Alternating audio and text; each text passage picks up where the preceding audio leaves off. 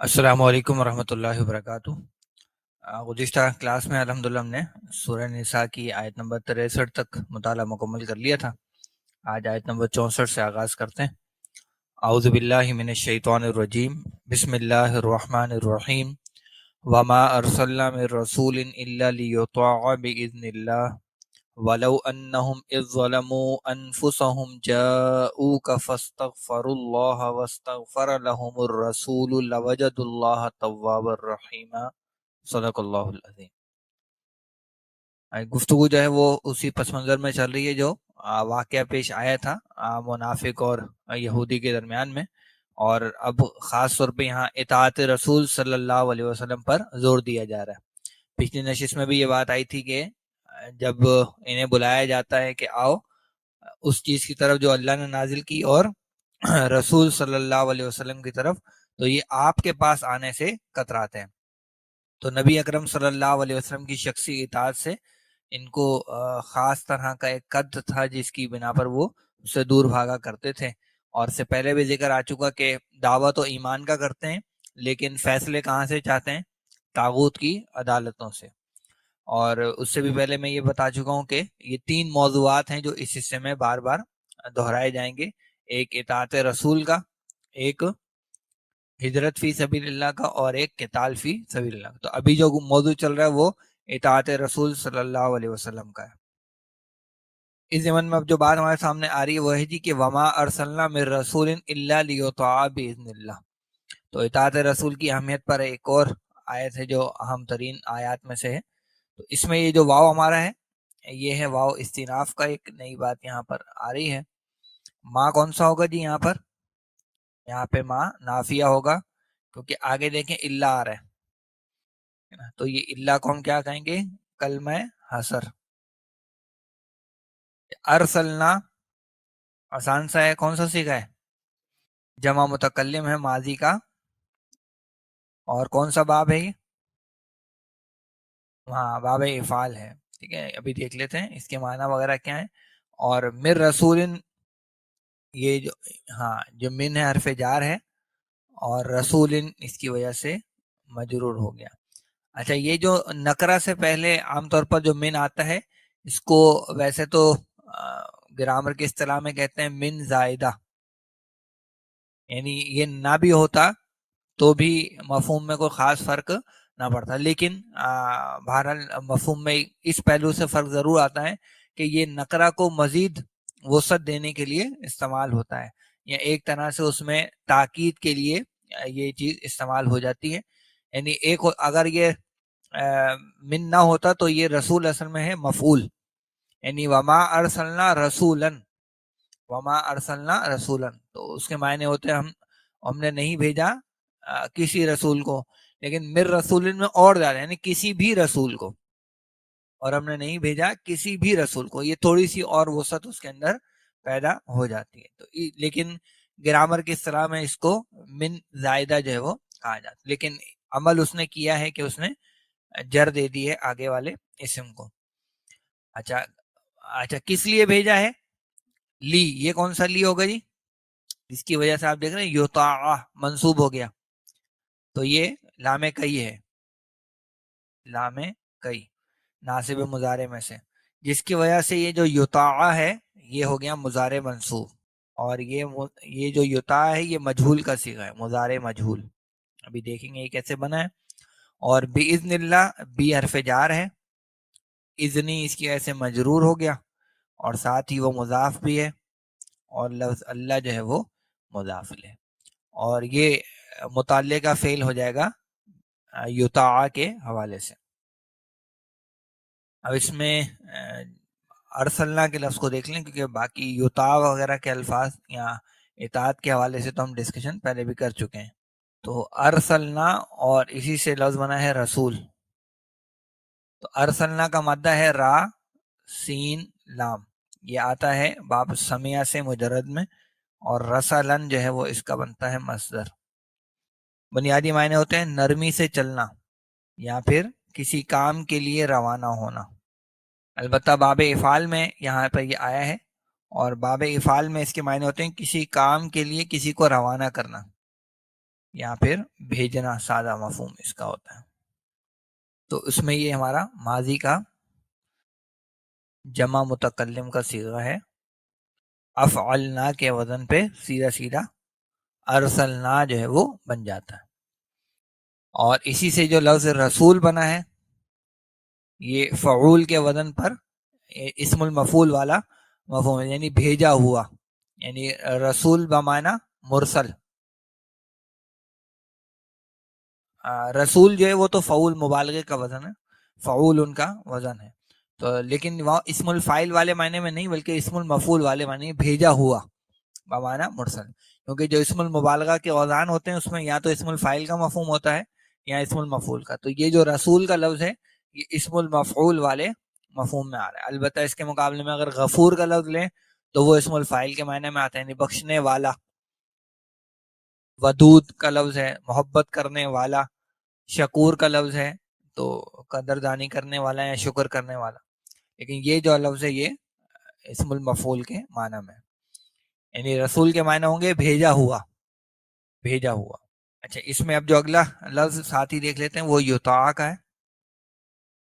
تو یطاع کا جو لفظ ہے اس کا مادہ ہم پہلے بھی دیکھ چکے ہیں، مادہ ہے طا واو اور عین. مجرد میں باب نصرہ سے آتا ہے، معنی ہم پہلے دیکھ چکے ہیں، ہم وہاں سے اس کو دیکھ سکتے ہیں. ہاں اتیو کا لفظ آیا تھا آیت نمبر 59 میں، اطیع اللہ و اطیع الرسول کا جو لفظ تھا اس میں یہ ہم سمجھ چکے ہیں اس کو. البتہ یہاں پر جو ہے یہ باب افعال سے مضارع مجہول ہے یہ، اور پہلے ہی صیغہ ہے واحد مذکر غائب کا. باب افعال میں مضارع مجہول کا وزن ہے یفعلو. تو یفعلو میں طا واو عین ڈالنے تو کیا بنے گا یطوعو. یطوعو کیا نام ہوگا اس مادے کا؟ اجوف واوی. تو گڑبڑ تو ہونی تھی کوئی نہ کوئی. لہٰذا کیا گڑبڑ ہو رہی ہے کہ واو متحرک ہے پیچھے توئیں خالی ہے، تو واو اپنی زبر دے دے گا توئیں کو، لیکن جب پیچھے زبر چلی جائے گی تو پھر واو نہیں رہے گا بلکہ کیا ہو جائے گا وہ الف میں بدل دیں گے. تو یہ ہو جائے گا یطاعو. اور جب ہم لگائیں گے لی تو یہ اس کو منصوب کر دے گا اور یہ ہو جائے گا لی یطاع. یطاعو سے یطاع ہو جائے گا لی کی وجہ سے منصوب ہو گیا وہ. تو یطاعو کے معنی ہوں گے اس کی اطاعت کی جاتی ہے، لی یطاع تاکہ اس کی اطاعت کی جائے. اور یطاع کے اندر نائب الفاعل کون ہے؟ وہ وہی ہے مر رسول، جو رسول بھیجا گیا ہے وہ اس کا نائب الفاعل اس کے اندر موجود ہے. تو اس کا ترجمہ کرتے ہیں تو کیا ہوگا وما ارسلنا من رسول، اور ہم نے نہیں بھیجا کسی بھی رسول کو مگر اس لیے کہ اس کی اطاعت کی جائے ہاں اللہ کے حکم سے. تو یہ کہ پیغمبروں کو تو بھیجا اس لیے جاتا ہے کہ ان کی بات مانی جائے. یعنی یہ جو ایک سوچ ہے نا کہ بس پیغمبروں کا کام یہ تھا بس یہ پیغام پہنچایا اور اللہ حافظ، کوئی محض ڈاکیے والی حیثیت، ایسا نہیں ہے. بلکہ پیغمبروں کا بنیادی کام پیغام پہنچانا ہے، لیکن پیغام پہنچانا اور اس پیغام پر عمل کیسے کرنا ہے یہ عمل کر کے بھی دکھانا، اور جو بھی قوم ہے امت ہے اس کے لیے ایک نمونہ چھوڑ کر جانا ہے کہ اللہ کے اس حکم پر، اللہ کے اس پیغام پر عمل کیسے کرنا ہے. تو اطاعت رسول صلی اللہ علیہ وسلم کی اہمیت جو ہے وہ اپنی جگہ مسلم ہے، اور بھیجا ہی اس لیے جاتا ہے کہ ان کی بات کو مانا جائے. اب جو آگے ہمارے پاس ہے اس میں واو ہمارا عطف کا ہے، اور یہ بات پیچھے والی جو معاملہ تھا اس کے ساتھ جا کے جڑ رہی ہے. لو جو ہے یہ ہمارا کیا ہے کلمہ شرط. انہم، انا ہمارا مشبہ بالفعل ہے، اور یہ چونکہ براہ راست فعل پر نہیں آ سکتا اس لیے اس کے ساتھ یہ ہم کی ضمیر آ گئی ہے. تو اس کا کہہ لیے کہ انا کا جو اسم ہے وہ یہ ہم کی ضمیر ہے. اچھا اس جو ہے یہ ہے ہمارا ظرف، یہ زمانے کو ظاہر کرنے کے لیے آتا ہے. اور ظلموا، ہاں ماضی کا صیغہ ہے جمع مذکر غائب کا. ابھی دیکھ بھی لیں گے کیا اس کے معنی وغیرہ ہیں. تو فعل اور فاعل دونوں چیزیں اس کے اندر ہیں، اور مفعول ہے اس کا انفسہم، اسی لیے آپ دیکھ رہے ہیں یہ حالت نصب میں آ بھی رہا ہے. اچھا اب آگے جو فعل ہمارے پاس ہے وہ ہے جاؤ. تو یہ بھی کیا ہے؟ فعل اور فاعل، وہی جمع مذکر غائب کا، اور اس کا مفعول ہے کا. فا جو ہے ہمارا پھر عطف کا ہے. کیا بنے گا؟ فا کے بغیر اس کو پڑھیں تو کیسے پڑھیں گے؟ استغفر اللہ. تو یہ جو استغفرو ہے یہ ہمارا ماضی کا وہی جمع مذکر غائب کا صیغہ ہے باب استفعال سے، اور فعل اور فاعل دونوں چیزیں اس کے اندر ہیں. اور لفظ اللہ جو ہے وہ ہے اس کا مفعول. یہ جو واو ہے یہ پھر عطف کا ہو جائے گا. اب کیا ہے؟ استغفرا، یہ کون سا صیغہ ہے؟ یہ پہلا صیغہ ہے. ہاں یہ پہلا صیغہ ہے، اور پہلے صیغے میں فاعل آنے کا چانس ہوتا ہے. تو یہ الرسول یہ ہے اس کا فاعل، اور لہم جو ہے یہ ہمارا ہو جائے گا متعلقہ فعل. اور اب جو ہے یہ جو لام آ رہا ہے نا یہ ہے وہ جواب شرط کا لام، لوجد اللہ. یہ جو لام ہے یہ جواب شرط کے لیے آ رہا ہے. اور وجد اللہ تواب الرحیمہ یہ ہے پورا اصل میں جواب شرط، جس میں جو وجدو ہے یہ ہمارا وہی تیسرا صیغہ ہے جمع مذکر غائب. تو فعل اور فاعل دونوں چیزیں اس میں موجود ہیں، اور لفظ اللہ جو ہے وہ اس کا مفعول اول ہو جائے گا، اور توابن رحیمن یہ دونوں کیا ہو جائیں گے؟ مفعول ثانی ہو جائیں گے. اسی لیے یہ بھی حالت نصب میں توابن بھی اور رحیم، یعنی یہ مرکب توصیفی نہیں ہے کیونکہ اللہ کی صفات نہیں، یعنی یہ بھی مفعول نمبر 2 اور وہ بھی مفعول نمبر 2، اسی لیے حالت نصب میں یہ استعمال ہوا. اچھا اب یہاں پر یہ نوٹ کیجئے کہ یہ جو ترتیب ہے نا اس کی، بظاہر تو آ رہا ہے کہ ولو انہم اذ ظلموا انفسہم جاؤک، اصل میں یہ یوں ہے کہ ولو انہم جاؤک، ولو انہم جاؤک اذ ظلموا انفسہم، یعنی اصل جو شرط ہے وہ آنے کے اوپر ہے، یعنی اگر وہ آپ کے پاس آتے جب انہوں نے اپنی جانوں پہ ظلم کیا تھا. لیکن ابھی جو ترتیب آ رہی ہے اس میں کیا ہے؟ اور اگر جب انہوں نے اپنی جانوں پہ ظلم کیا وہ آتے آپ کے پاس. لیکن نارمل جو ترتیب ہے وہ میں آپ کے لیے یہاں پہ لکھ دیتا ہوں.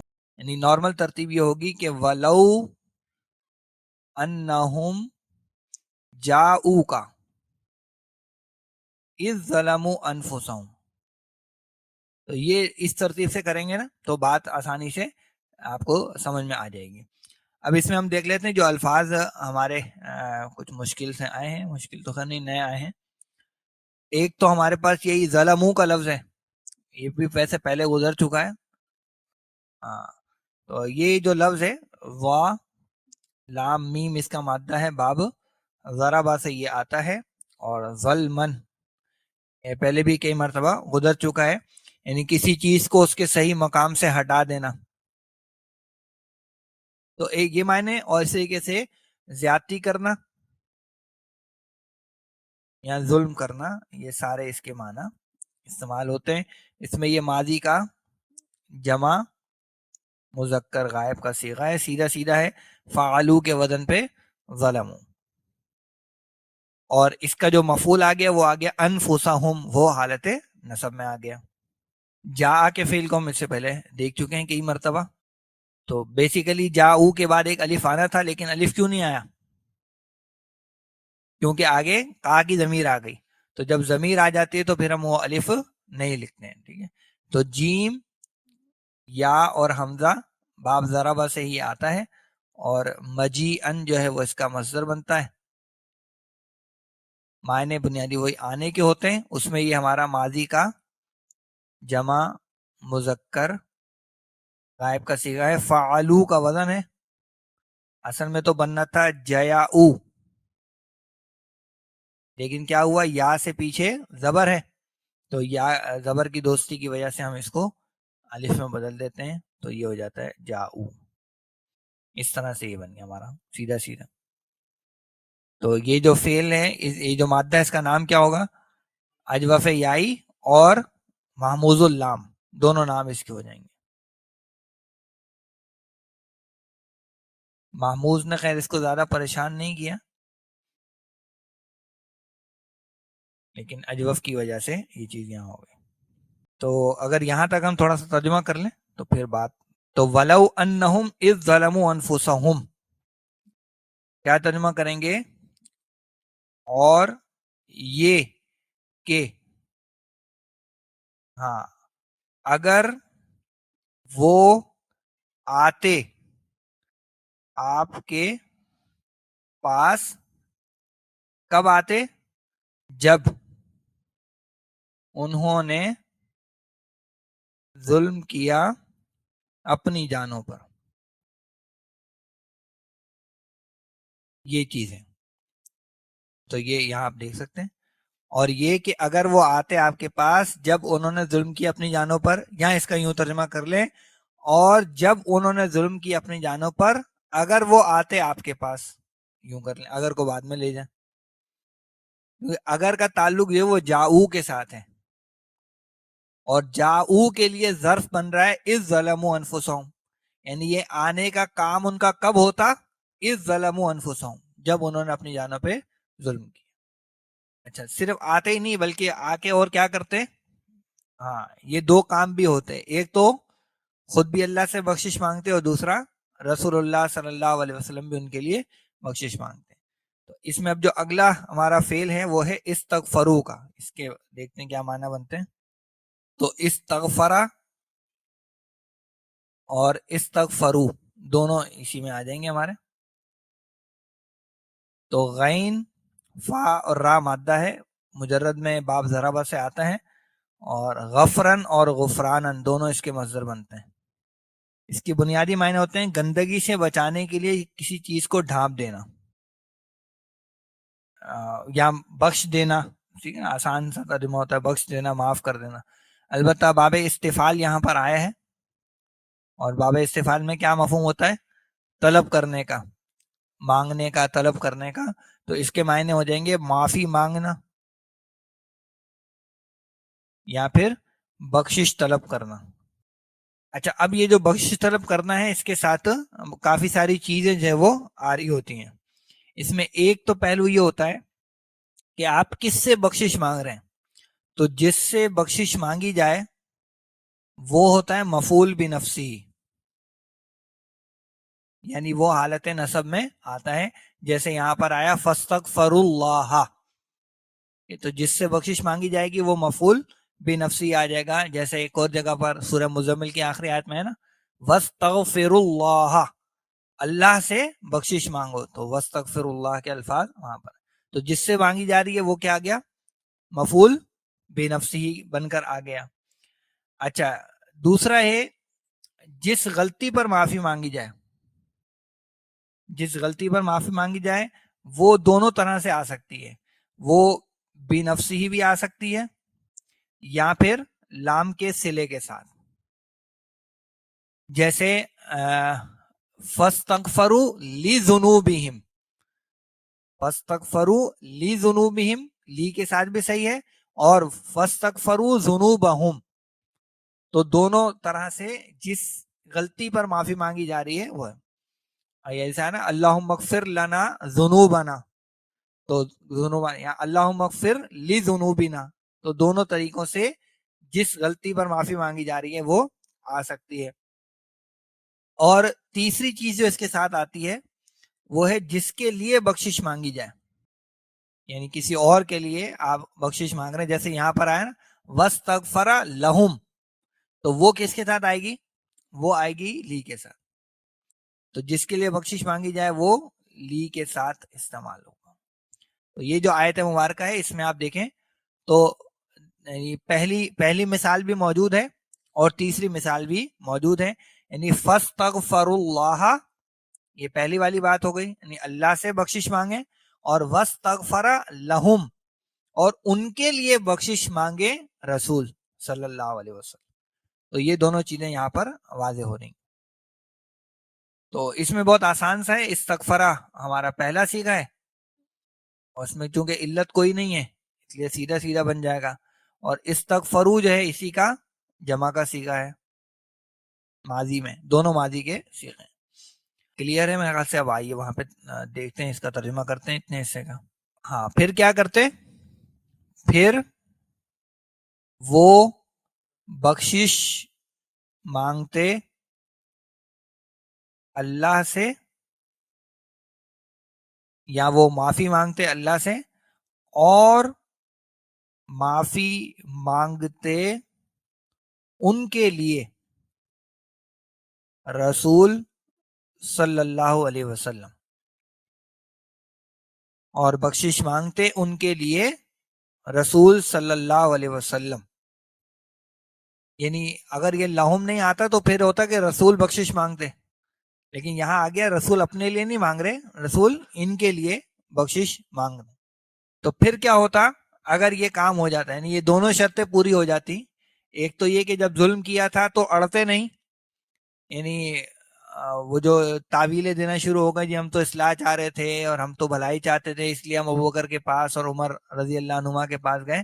وہ دلیلیں نہ دیتے، اپنی غلطی کو تسلیم کر لیتے، اللہ سے بخشش مانگتے، اللہ کے رسول کے پاس آ جاتے، اللہ کے رسول بھی ان کے لیے بخشش مانگتے، تو پھر کیا ہوتا، اللہ تعالیٰ معاف کر دیتا ان کو. لیکن انہوں نے جو ہے وہ دوسرا راستہ اختیار کیا اور پھر ہیلے بہانے اس پر سے شروع کر دیے. تو اب اس میں جو وجدو کا لفظ ہے، یہ بھی ویسے پہلے تو گزر چکا ہے، ایک دفعہ دوبارہ دیکھ لیتے ہیں اس کو. تو وجدو، ہاں بالکل آسان سا ہے، واو جیم دال، اور یہ ہمارا استعمال ہوتا ہے باب ضربہ سے، باب ضربہ کی آج بھرمار ہے. تو وجدہ یجدو وجودن، اور جدتن بھی اس کا مصدر بنتا ہے. بنیادی معنی ہوتے ہیں کسی کو پانا، اور پھر یہ دو مفعول تک متعدی ہوتا ہے، یعنی کس کو پانا اور کیا پانا، کس کو پانا اور کیا پانا. تو یہاں جو آیت مبارکہ اس میں دونوں مفعول اس کے موجود ہیں، یعنی وجدو جو ہے اس میں ہمارا فعل اور فاعل دونوں چیزیں آ گئیں. پھر اس کا لفظ اللہ جو ہے یہ ہو گیا پہلا مفعول، اور دوسرا مفعول جو ہے وہ ہے توابن اور رحیمن. یہ بھی مفعول نمبر 2 ہے اور یہ بھی مفعول نمبر 2 ہے. تو باقی تو اب اس میں آسان سا ہے، تو ترجمہ وہاں کر لیتے ہیں. تو کیا ترجمہ ہوگا، اور معافی مانگتے ان کے لیے رسول صلی اللہ علیہ وسلم، تو یہ تو آئے اسلام کا ترجمہ جواب شرط، تو وہ پاتے اللہ کو توبہ قبول کرنے والا، رحم فرمانے والا.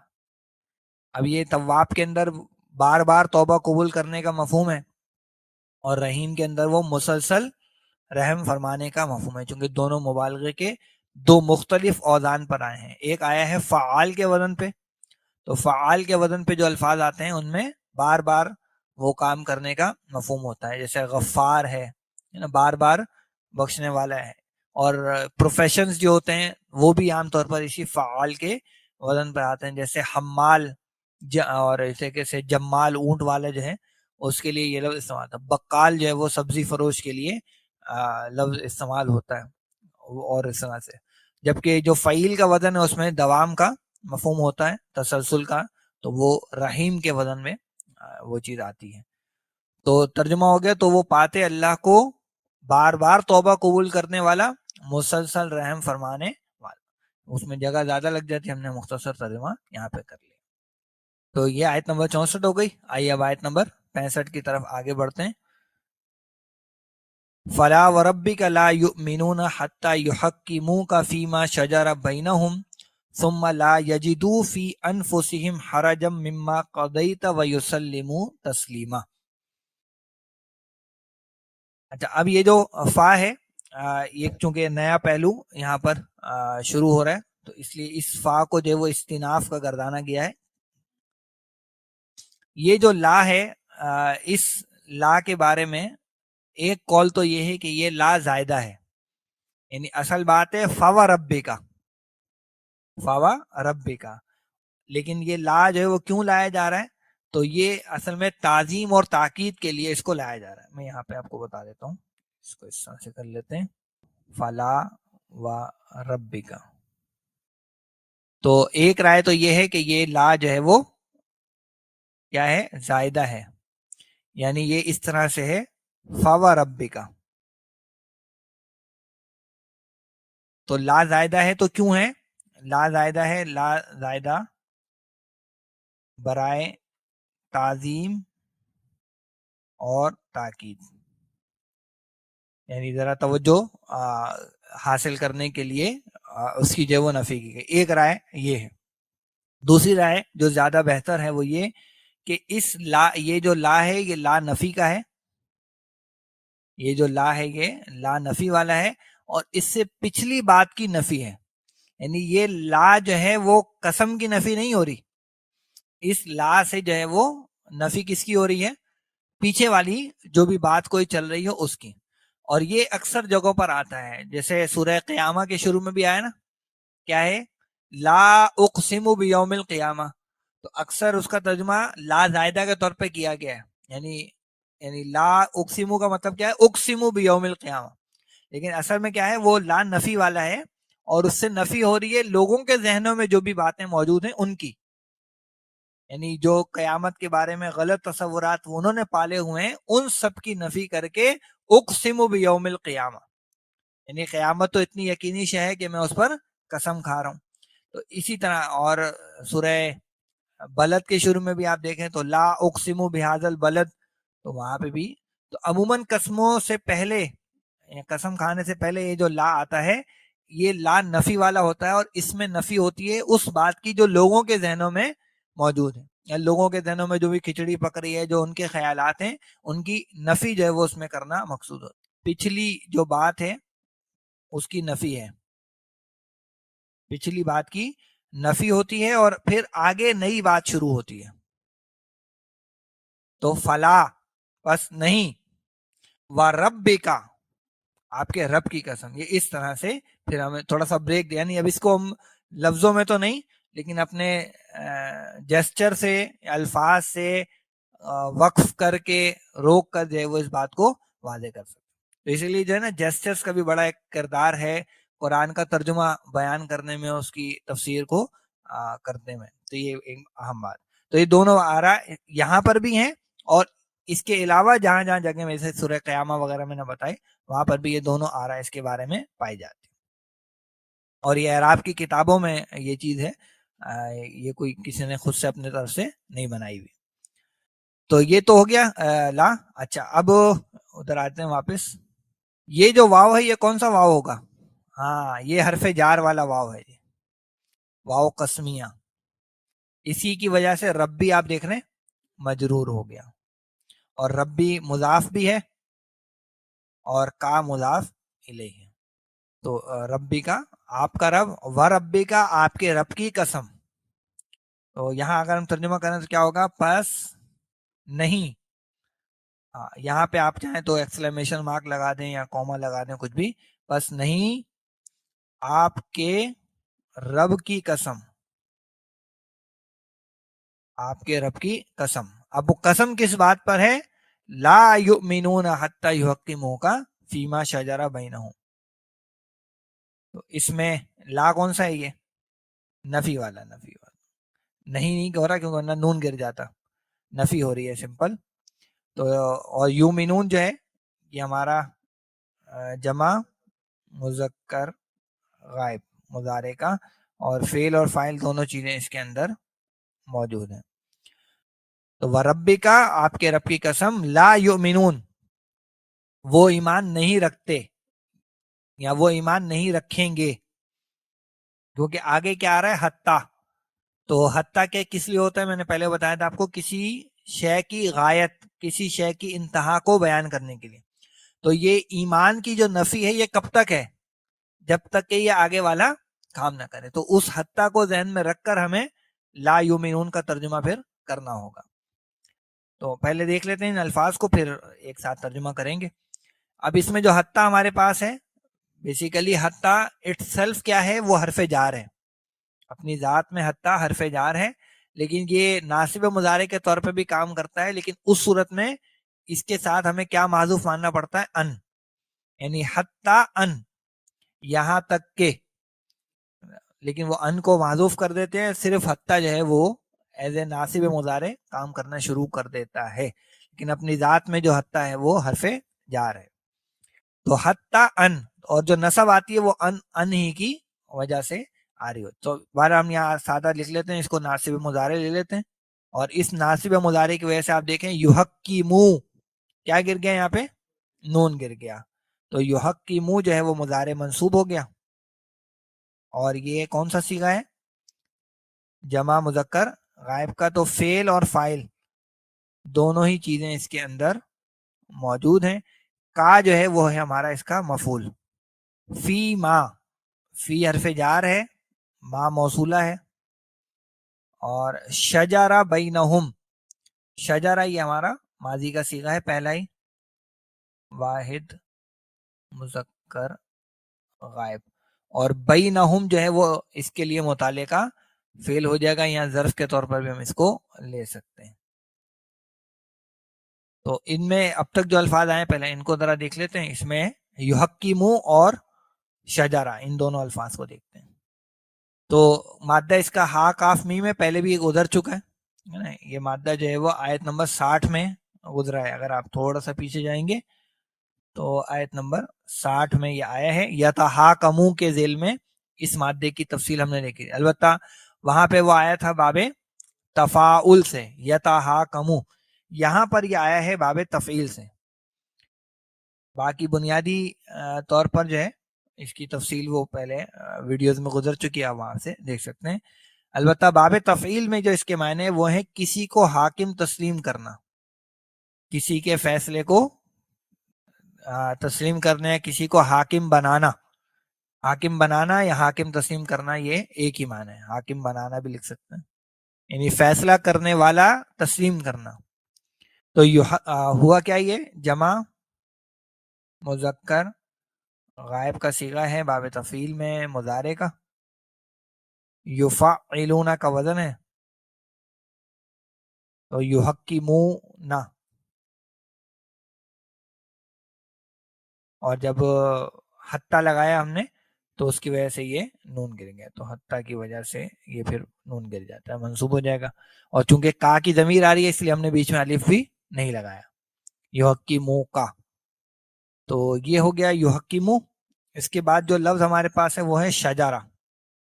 تو شجرہ کا جو لفظ ہے مادہ اس کا بالکل واضح ہے، شین جیم اور را.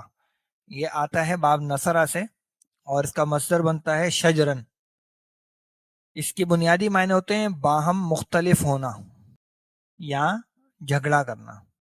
یعنی اسی سے جو ہمارا شجر کا لفظ بنتا ہے، اس کی چونکہ شاخیں اور ٹہنیاں وغیرہ جو ہیں وہ باہم الجھی ہوئی ہوتی ہیں، اسی لیے اس کو شجر جو ہے وہ کہا جاتا ہے. تو الجھنا، باہم مختلف ہونا، یہ اس کے بنیادی معنی ہے. تو اس میں یہ ہمارا سیدھا سا ماضی کا پہلا صیغہ جو ہے وہ بن رہا ہے، اس میں کوئی ایسی پریشانی ہے نہیں. تو ترجمہ اگر ہم کریں وہاں پہ چل کے تو سیدھا سا ہو جائے گا. تو حتیٰ یحکموک کا فیما شجر بینہم، یہاں تک کہ وہ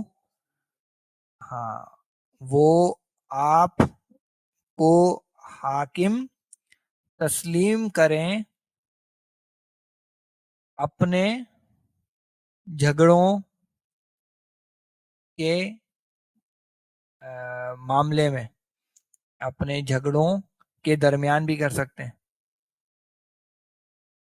مراد یہ کہ یہاں تک کہ وہ آپ کو حاکم تسلیم کریں اس میں جو ان کے درمیان اختلاف ہو. یہ یوں ترجمہ کر رہے ہیں، یہاں تک کہ وہ آپ کو حاکم تسلیم کریں اس میں جو ان کے درمیان اختلاف ہو.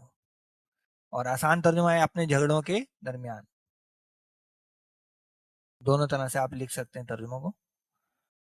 تو یہاں تک کہ وہ آپ کو حاکم تسلیم کریں کر لیں اس کو, یہاں تک کہ وہ آپ کو حاکم تسلیم کریں اس میں جو ان کے درمیان اختلاف ہو یا اس میں جو ان کے درمیان جھگڑا ہو, دونوں طرح سے ترجمہ کر سکتے. اچھا, یہ تو ایک شرط ہو گئی. پہلی شرط یہ آ گئی کہ وہ آپ کو حاکم تسلیم کریں.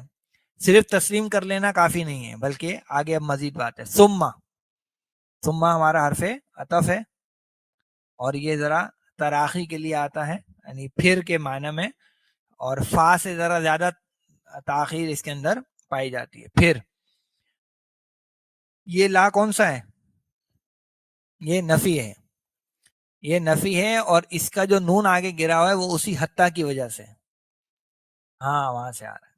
کیونکہ یہاں ان کو وہ نہیں منع نہیں کیا جا رہا ہے, یعنی ہوتا تو لا یجدو, پھر انہیں چاہیے کہ وہ نہ پائیں, یہ بات نہیں ہو رہی, بلکہ ایک سمپل بات ہے, پھر وہ نہ پائیں, پھر وہ نہ, یعنی منع نہیں کیا جا رہا, بلکہ ایک حقیقت کا بیان ہے کہ یہاں تک کہ وہ آپ کو حاکم بنائے پھر وہ نہ پائیں, اس طرح کا ترجمہ ہونا. تو لا جو ہے یہاں پہ نفی والا ہے.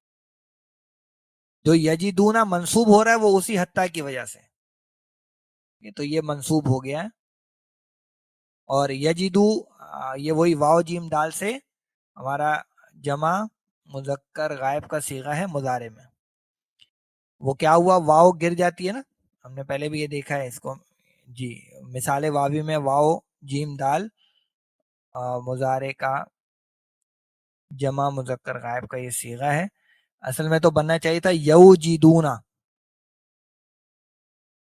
لیکن یہ واو ہم گرا دیتے ہیں تو یہ بنے گا یجدونا. اور یجدونا سے پہلے جب ہم وہ حتیٰ وغیرہ کی وجہ سے اس کو منسوب کریں گے تو یہ گر جائے گا. تو یجدو, اور ابھی ہم نے اس کے معنی دیکھ لیے, پانا, کسی کو پانا.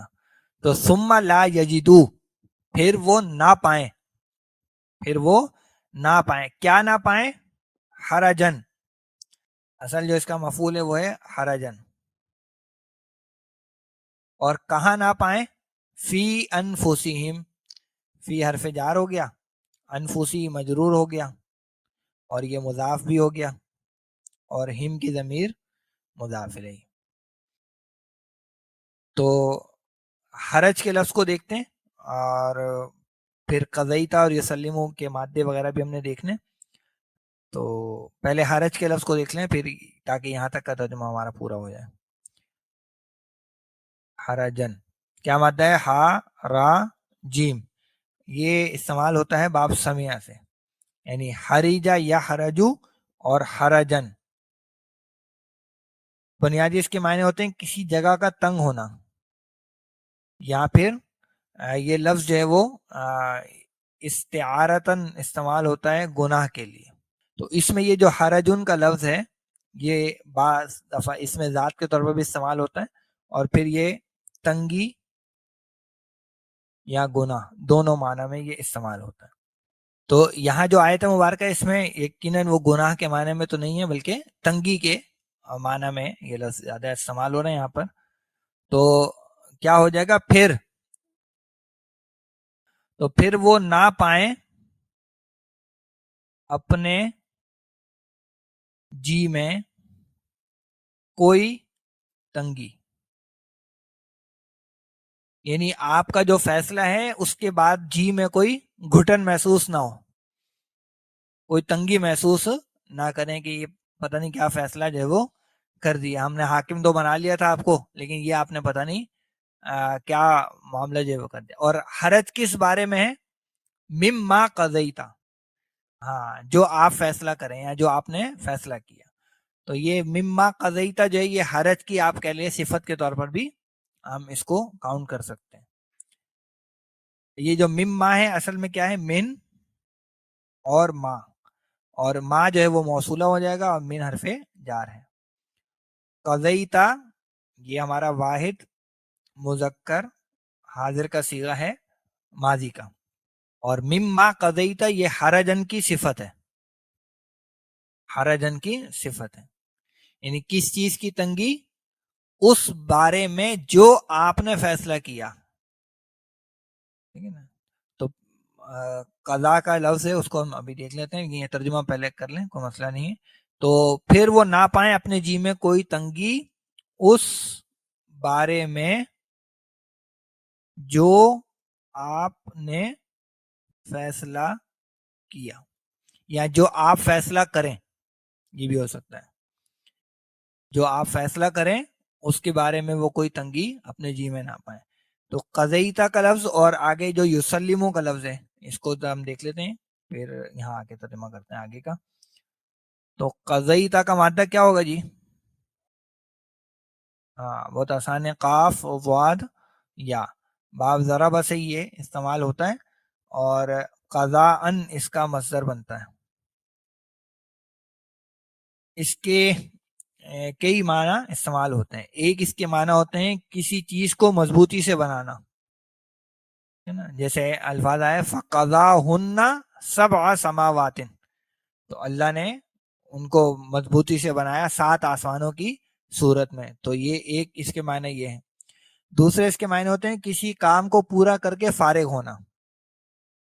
تو اس معنی میں آئے کہ فَإِذَا قَضَيْتُم مَنَاسِكَكُمْ، یعنی جب تم اپنے مناسک پورے کر کے فارغ ہو جاؤ، تو کام کر کے پورا.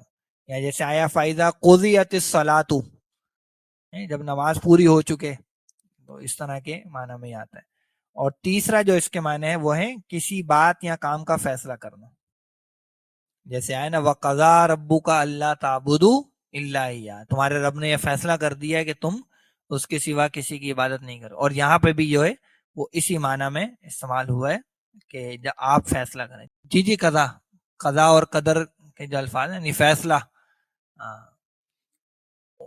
بالکل فیصلے کے معنی میں آتا ہے. اور بلکہ وہ بعض دفعہ کسی کے انتقال کے اوپر جو ہے نا، وہ لوگ بول دیتے ہیں کہ فلانے کا رضائے الہی سے انتقال ہو گیا ہے. تو بھائی وہ رضائے الہی وہاں پہ لفظ مناسب نہیں ہے، قضائے الہی بولنا چاہیے. یعنی یہ تو ہمیں نہیں معلوم نا کہ اللہ اس پر راضی ہوا ہے کہ نہیں ہوا، لیکن اللہ کا فیصلہ تو بہرحال ہے. تو رضائے الہی کے بجائے قضائے الہی کا لفظ ایسے موقع پہ بولنا چاہیے، وہ زیادہ بہتر ہے. تو اس میں یہ ہمارا ماضی کا واحد مذکر حاضر کا صیغہ ہے. فعلتا کے وزن پہ قضیتا بن گیا. ویسے تو اس میں علت ہے، لیکن علت چلی نہیں اس کی، کیونکہ لام کلمہ جو ہے وہ اس میں ساکن ہو رہا ہے. اگلا جو لفظ ہمیں دیکھنا ہے وہ بھی ساتھ ہی دیکھ لیتے ہیں، وہ ہے یسلمو، اور ساتھ ہی تسلیمن. تو مادہ اس کا سین لام میم ہے، مجرد میں باب سمیہ سے استعمال ہوتا ہے. اور سلامن یا سلامتن دونوں اس کے مصدر استعمال ہوتے ہیں. اس کے ایک تو بنیادی معنی ہوتے ہیں جی آفت اور بلا سے محفوظ ہونا یا سلامتی میں ہونا. اور دوسرے جو اس کے بنیادی معنی ہیں وہ ہیں عیب و نقص سے پاک ہونا، اور اس معنی میں صحیح و سالم ہونا. یہ تو ہے مجرد کے معنی. یہاں پر آیا ہے یہ باب تفعیل سے. تو باب تفعیل میں ایک اس کے معنی ہوتے ہیں آفت سے بچانا، یا کسی کو کسی کے سپرد کرنا، یا پھر تسلیم کرنا. اور دوسرے اس کے معنی ہوتے ہیں صحیح و سالم رکھنا، اور تیسرے معنی ہوتے ہیں سلامتی کی دعا کرنا. تو جو درود شریف کے حوالے سے سلام آتا ہے وہ یہ تیسرے معنی میں آتا ہے نا، یا ایھا الذین آمنوا صلوا علیہ وسلموا تسلیما. تو وہاں وہ سلامتی کی دعا کے معنی میں. البتہ یہاں پر جو یہ آیا ہے وہ ہے تسلیم کرنے کے معنی میں، سرنڈر کر دینا، سپرد کر دینا، اس طرح کے معنی میں یہ آتا ہے. تو یسلمو جو ہے یہ کیا ہے؟ ہمارا جمع مذکر غائب. اور یہ جو یسلمو ہے یہ بھی منصوب ہے اسی حتیٰ کی وجہ سے. تو مضارع منصوب ہو گیا یہ اسی حتیٰ کی وجہ سے. اور تسلیمن جو ہے یہ کیا ہے؟ اس کا یہ ہے اس کا مصدر. تو جب مصدر اور فعل دونوں آتے ہیں تو کون سا بنتا ہے؟ مفعول مطلق. ٹھیک ہے، تو یہ ہے ہمارا مفعول مطلق. اور یہ یہاں پر تاکید کے لیے بھی ہو سکتا ہے اور نوعیت کے لیے بھی ہو سکتا ہے. وہاں پہ بھی ہم ترجمہ کرتے ہیں تو دونوں چیزیں دیکھ لیتے ہیں. آئیے یہاں پہ ترجمہ کرتے ہیں جی اس کا. تو یہ جو واو ہے یہ ہمارا عطف کا ہو جائے گا. یسلمو جو ہے وہی مضارع منصوب ہو گیا، اور تسلیمن جو ہے یہ ہے مفعول مطلق. تو وَيُسَلِّمُ تسلیمہ کا ترجمہ کیا ہوگا؟ یہاں لکھ لیتے ہیں، اور وہ تسلیم کریں جیسے، آپ کا ذکر نہیں ہے نا، جیسے تسلیم کرتے ہیں یا جیسے تسلیم کیا جاتا ہے، یعنی پوری طرح سے اپنے آپ کو سپرد کر دیں اس فیصلے کے، پوری طرح سے جھکا دیں اپنے آپ کو، حوالے کر دیں اپنے آپ کو اس فیصلے کے. تو یہ اس کے معنی ہے. تو یہاں پر اگر آپ دیکھیں تو 3 شرائط کا ذکر آیا. پہلی چیز کیا آ گئی؟ فیصلہ آپ سے کروانا ہے، آپ کو حاکم تسلیم کرنا ہے، نمبر 1. نمبر 2، جو فیصلہ آپ کریں اس پر اپنے جی میں کوئی تنگی محسوس نہیں کرنی. اور نمبر 3 کیا ہے کہ اس فیصلے کے آگے سر جھکا دینا ہے، پوری طرح اس فیصلے کو تسلیم کرنا ہے. تو اگر یہ 3 چیزیں نہیں ہیں تو اللہ نے کیا فرمایا؟ آپ کے رب کی قسم وہ مومن نہیں ہو سکتا. تو منافقین کا بھی معاملہ ہے، اور خیر ہم اپنا بھی جائزہ اس حوالے سے لے سکتے ہیں کہ کیا ہم اپنی زندگیوں میں ان تینوں چیزوں کو فالو کر رہے ہیں کہ نہیں کر رہے. یعنی کیا اللہ کے رسول صلی اللہ علیہ وسلم کو ہم اپنے معاملات میں حاکم مقرر کرتے ہیں، اپنا فیصلہ وہی لیتے ہیں جو قرآن و سنت میں بیان ہو گیا، نمبر 1. نمبر 2 یہ کہ اس فیصلے کے حوالے سے اپنے جی میں کوئی تنگی تو نہیں محسوس کرتے، یہ تو نہیں آتا کہ یار یہ پتہ نہیں کیا حکم آ گیا، یہ تو بڑا مشکل ہو گیا، اور یہ تو ناک کٹ جائے گی معاشرے میں، اور لوگ ہمیں پتہ نہیں کیا سمجھیں گے، یہ چیز. اور تیسرا یہ کہ پھر پوری دلی رضامندی کے ساتھ اس فیصلے کو تسلیم کرنا. ایک ہے مارے باندھے کا، یار اب کیا کریں، سر پہ پڑ گئی ہے تو کرنا ہی پڑے گا، لیکن نہیں، تسلیم و رضا کی کیفیت کے ساتھ اس حکم کے آگے سر جھکا دینا. یہ 3 چیزیں ہیں جو اطاعت رسول کے حوالے سے اس آیت مبارکہ میں ذکر کی گئی. اللہ تعالیٰ مجھے اور آپ کو اس پر امکانی حد تک عمل کی توفیق عطا فرمائے. کام مشکل ہے، لیکن بہرحال رسول اللہ صلی اللہ علیہ وسلم کا مرتبہ اور مقام بھی تقاضا کرتا ہے کہ یہ چیز کی جائے. اور اللہ کے رسول نے خود بھی فرمایا، جیسے حدیث میں آیا نا کہ لا یؤمن احدکم حتی یکون ہواہ تبعا لما جئت بہ. تو میں سے کوئی شخص کامل مومن نہیں ہو سکتا جب تک کہ اس کی خواہش نفس اس شے کے تابع نہ ہو جائے جو میں لے کر آیا. تو یہ تو زندگی بھر کے لیے یہ اصول ہے، اور یہ ہمارے رسم و رواج، طور طریقے، عادات و اطوار، ان سب کے حوالے سے. یعنی ایک طریقہ اللہ کے رسول صلی اللہ علیہ وسلم چھوڑ کے گئے ہیں، نکاح کا، شادی کا، میت کے موقع پر اور دیگر خوشی غمی کے مواقع پر، اور ایک وہ طریقہ ہے جو ہمیں دوسروں کے تہذیب و ثقافت سے مل رہا ہے، اوروں کا عطا کردہ ہے. تو ہم کس کو ترجیح دے رہے ہیں، کس کو اختیار کر رہے ہیں؟ اللہ کے رسول کے طریقے کو یا دوسروں کے طریقے کو؟ یہ بڑا اہم یہاں پہ معاملہ آتا ہے فیصلہ کن کہ بھئی ہمارا ایمان واقعتاً ہے یا نہیں. اچھا، یہاں جو یقیناً ایمان کی بات ہو رہی ہے وہ قانونی نہیں ہے. قانونی طور پر تو وہ منافقین بھی یہ سب کچھ نافرمانی کے باوجود مسلمان ہی سمجھ جاتے رہے. تو یہاں یقیناً دلی ایمان، حقیقی ایمان کی ہی بات ہو رہی ہے. جی آیت نمبر 66 پر آ جائیے. فرمایا وَلَوْ أَنَّا كَتَبْنَا عَلَيْهِمْ أَنِ اقْتُلُوا أَنفُسَكُمْ أَوِ اخْرُجُوا مِنْ دِيَارِكُمْ مَا فَعَلُوهُ إِلَّا قَلِيلٌ مِّنْهُمْ. یہ جو واو ہے یہ عطف کا واو ہے. گفتگو جو پیچھے والی جو چل رہی، یعنی پچھلی آیت کی جو آخری باتیں تھی ان پر عطف نہیں ہو رہا، بلکہ جو ویسے مضمون پیچھے چل رہا ہے اس پر جا کے یہ عطف ہو رہا ہے. لو پھر ہمارا وہی کیا ہے، کلمہ شرط ہے. انا کتبنا علیہم، انا وہی انا کے ساتھ نا ہے بیسیکلی، یعنی انا اور نا، انا مشبہ بالفعل ہے اور نا کی ضمیر ہے. نا کی ضمیر کیوں آئی؟ کیونکہ انا براہ راست کتبنا پہ نہیں آ سکتا کیونکہ وہ فعل ہے، تو مشبہ بالفعل براہ راست فعل پہ نہیں آ سکتے. کتبنا یہ ہمارا ماضی میں جمع متکلم کا صیغہ ہے، اور کتبہ کے ساتھ جب یہ اعلیٰ آتا ہے تو پھر لکھ دینے، لازم کر دینے، فرض کر دینے کے معنی میں یہ لفظ آتا ہے.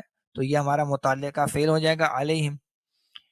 اچھا، انک طلوع، یہ جو ان ہے یہ ہے تو ناصب مضارع والا، لیکن اس کو ہم کہتے ہیں یہاں پہ ان تفسیریہ، یعنی یہ وضاحت کر رہا ہے کیا چیز لکھی گئی یا کیا چیز لکھ دیتے، تو یہ وضاحت والا ان اس کو کہا جاتا ہے، ان تفسیریہ اس کو کہا جاتا ہے۔ اس کے بعد کیا ہے، اس کو کیا پڑھیں گے الگ سے، اقتلو، تو یہ فعل امر ہے ہمارا، اور اقتلو فعل امر میں فعل اور فاعل دونوں چیزیں موجود ہیں۔ انفسکم اس کا مفعول ہو جائے گا، او یہ ہمارا حرف عطف ہے، اس کو کیا پڑھیں گے، اخرجو، یہ بھی کیا ہے، فعل امر ہے، اس میں بھی فعل اور فاعل دونوں چیزیں موجود ہیں۔ اور من دیارکم یہ اس کے لیے متعلقہ فعل ہو جائے گا، من حرف جار، دیار مجرور اور ساتھ ہی مضاف بھی ہے، اور کم اس کا مضاف ہے، اور یہ من دیارکم کیا ہو جائے گا، اس کا متعلقہ فعل۔ تو اچھا، یہ لو سے لے کر انا کتبنا علیہم ان اقتلوا انفسکم او اخرجوا من دیارکم، یہ ہے بیان شرط۔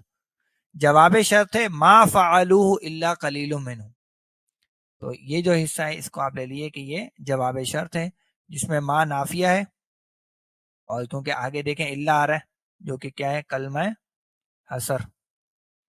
فعلو یہ کیا ہے، فعل اور فاعل دونوں چیزیں اس میں ہیں، یہ جمع مذکر غائب کا صیغہ ہے، اور ہو کی جو ضمیر ہے وہ ہے اس کا مفعول، اور قلیل جو ہے یہ ہمارا فاعل بن رہا ہے، اس سے پیچھے فعل جو ہے نا وہ محذوف ہے، یعنی الا فعل قلیل منہم، تو یہ اس طرح سے، اور منہم جو ہے یہ قلیل کی صفت ہو گئی، ان میں سے چند، ان میں سے چند۔ اس میں جو چیز ہے وہ تو قتل کے بارے میں جانتے ہیں آپ نا، اور خراج یخرجو یہ بھی باب نصرہ سے آتا ہے، دونوں کے فعل امر بنے، میں وہ بنا کے دکھا دیتا ہوں آپ کو۔ قاف تا لام باب نصرہ سے، جمع مذکر حاضر، تقتلون، تو تقتلون کا فعل امر بنائے تو علامت مضارع ہٹ گئی، یہ نون ہٹ گیا، ایک حمزہ شروع میں لگایا تو یہ بن گیا اقتلو۔ یہی چیز جو ہے وہ خارا جیم باب نصرہ میں ہے، جمع مذکر حاضر وہی تخرجون، اور اس میں فعل امر بنائیں گے تو تا ہٹ جائے گی، نون ہٹ جائے گی، اخرجو۔ اور کتبنا جو ہے وہ کاف تا با سے ہے، وہ باب نصرہ سے آتا ہے، اور لکھنا، اور جب علا کے ساتھ آئے تو پھر لازم کرنا یا فرض کرنا، تو یہ تو تینوں چیزیں اس میں آسان سی تھی۔ اس میں جو لفظ دیار کا آیا ہے وہ ذرا دیکھ لیتے ہیں، نیا لفظ ہے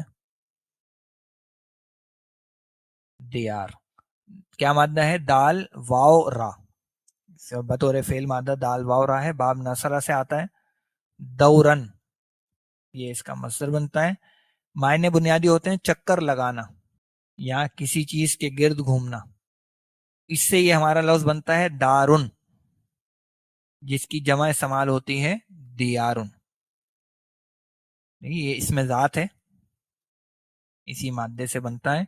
معنی ہوتے ہیں صحن دار مکان، یا سمپل گھر کے لیے بھی آتا ہے، یا پھر رہائشی مکان، ٹھیک ہے، تو خالی ہوگا تو اس کو دار نہیں کہیں گے، آباد ہو رہائشی ہوگا تو اس کو دار جو وہ کہا جائے گا، اس کی جمع پھر دیار استعمال ہوتی ہے، جو کہ اس آیت میں استعمال بھی ہوئی ہے۔ تو آئیے اس کا ترجمہ کرتے ہیں، کیا ہو جائے گا جی، اور یہ کہ اگر ہم فرض کرتے ان پر،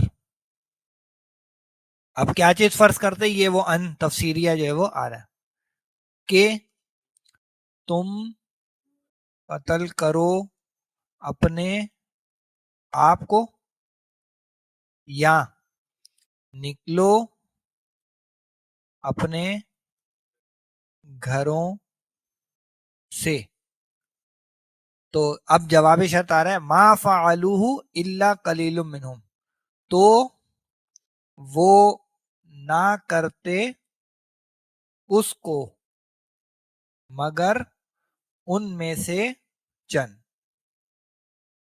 مگر ان میں سے چند، یعنی ان میں سے چند ہی لوگ ایسا کرتے، یعنی بتایا جا رہا ہے کہ اگر ہم اتنی مشکل ان پہ چیز ڈال دیتے تو یقیناً یہ کام وہ نہ کر پاتے، مگر چند ہی لوگ ہی، لیکن اللہ نے اتنا مشکل کام ان سے کہا ہی نہیں ہے۔ تو آگے اب وہ بات آ رہی ہے کہ وَلَوْ أَنَّهُمْ فَعَلُوا مَا يُوعَظُونَ بِهِ، تو اب یہ جو واو ہے یہ پھر وہ عطف کا واو ہے، لو وہی شرطیہ ہے، ہمارا کلمہ شرط ہے، انہم وہی انا مشبہ بالفعل ہے، ہم کی ضمیر کے ساتھ اس کا اسم ہو گئی، اور فعلو کی وجہ سے یہ ہم کی ضمیر آ گئی، پہلے کتبنا کا فعل تھا تو نا کی ضمیر تھی، اب فعلو کا فعل ہے تو ہم کی ضمیر ہے، تو یہ فعلو کے اندر فعل اور فاعل دونوں چیزیں ہیں، اور کیا کرتے، ما، یہ ما موصولہ ہے، یو ازون، یو ازون یہ ہمارا مضارع مجہول ہے، اور اس کا نائب الفاعل اس کے اندر ہی موجود ہے، بھی جو ہے یہ متعلقہ فعل ہو جائے گا۔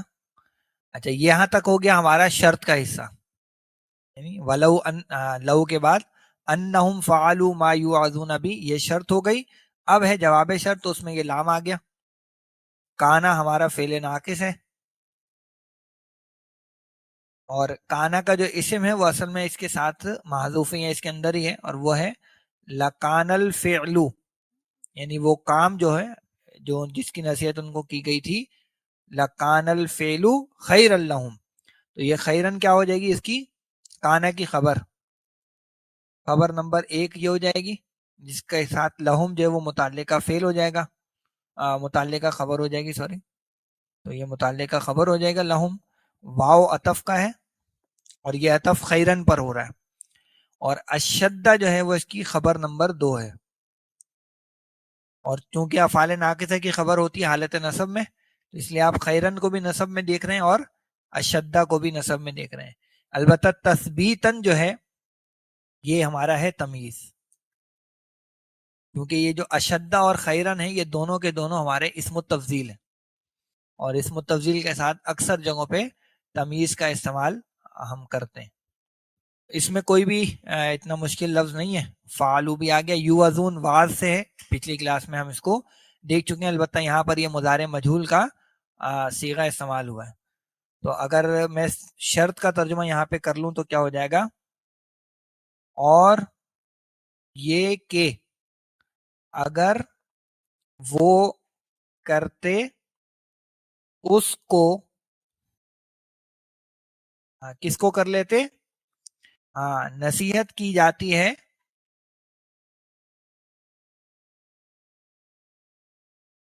نصیحت کی جاتی ہے ان کو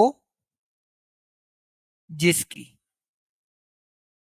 یوازون ان کو نصیحت کی جاتی ہے، بھی جس کی، لکانا، اب یہ وہ جواب شرط والا پہلو آ گیا، تو وہ ہوتا خیرن، کیا ہوتا، بہتر، تو وہ ہوتا بہتر ان کے لیے، اور ہوتا، یا اور ہوتا اشد تثبیتاً، یہ دو الفاظ ہیں، یہ دیکھ لیتے ہیں، جو یہ انشاءاللہ آیت پوری ہو جائے گی ہماری، اشدہ کیا مادہ ہے، شین دال دال، اور یہ مادہ باب نصرہ سے آتا ہے، اور شدن جو ہے وہ اس کا مصدر بنتا ہے، معنی ہوتے ہیں سخت کرنا یا مضبوط کرنا، اس میں یہ ہمارا جو اشد کا جو لفظ ہے بیسیکلی یہ ہے اسم التفضیل افعلو کے وزن پر، تو معنی ہوں گے زیادہ سخت، زیادہ مضبوط، زیادہ شدید کے معنی میں بھی یہ آ سکتا ہے۔ اچھا دوسرا جو لفظ ہے وہ ہے تثبیت، کیا مادہ ہوگا اس کا، سا با تا، باب نصرہ سے آتا ہے، ثبت یثبت ثبوتاً، بنیادی اس کے معنی ہوتے ہیں ایک حالت پر جمے رہنا یا قائم رہنا، البتہ تثبیت جو ہے یہ باب تفعیل ہے، یہ باب تفعیل میں اس کے معنی ہوتے ہیں جمے رہنے یا قائم رہنے کی صلاحیت دینا، یا پھر جما دینا، یا قائم کرنا. تو یہ اس کے بنیادی معنی. اب وہاں پہ ہم چل کے ترجمہ کرتے ہیں تو بات اور واضح ہو جائے گی. تو وہ ہوتا بہتر ان کے لیے اور زیادہ کیا ہو جاتا, زیادہ سخت یا زیادہ مضبوط قائم کرنے کے اعتبار سے, یا قائم ہونے کے اعتبار سے بھی کر سکتے ہیں, زیادہ مضبوط قائم رہنے کے اعتبار سے.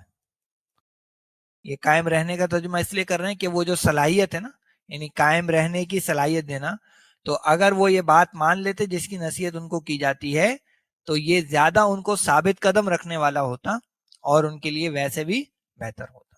یہ باتیں جو دو اس میں آ رہی. تو اس میں یہ بہرحال اللہ تعالیٰ کا بڑا فضل و کرم ہے کہ اللہ تعالیٰ نے اتنے سخت احکام ہمیں نہیں دیے. پچھلی امتوں کو بھی اتنے سخت احکام نہیں دیے اور اللہ نے اس امت کے لیے خاص آسانی کا معاملہ فرمایا. یعنی اگر اللہ یہ سخت احکام دے دیتا تو بہت ہی تھوڑے سے لوگ ہوتے جو شاید اتنی ہمت کر پاتے کہ وہ یہ اتنے بڑی بڑی قربانیاں دے پاتے. لیکن اللہ تعالیٰ نے جن کاموں کی نصیحت کی ہے اگر یہ وہی کر لے تو وہ بھی ان کے لیے بہتر اور ثابت قدم رکھنے والا ان کو ہو جائے. تو یہ ہے اللہ تعالیٰ کی طرف سے آسانی ہے. لیکن ہماری سستی ہے, ہماری کمزوری ہے کہ ہم وہ کام بھی نہیں کر پاتے کہ جو ہمارے بس میں ہوتا ہے اپنی سستی اور کائلی کی وجہ سے.